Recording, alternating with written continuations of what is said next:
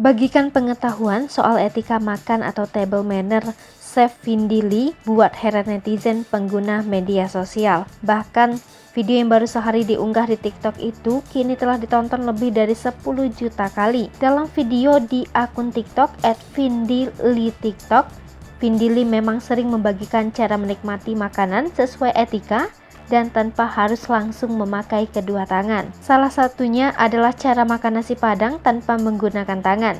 Di video tersebut, Vindy Lee memperlihatkan langkah awalnya, yaitu dengan menekan bungkus nasi. Untuk memakan nasi sesuai budaya barat, hanya menggunakan pisau dan garpu. Caranya adalah dengan membalikan garpu dan meletakkan nasi di bagian belakang garpu. Walaupun memberi contoh cara makan nasi dengan garpu dan pisau sesuai cara makan formal di negara barat, Chef Vindy mengakui cara makan di setiap negara berbeda-beda.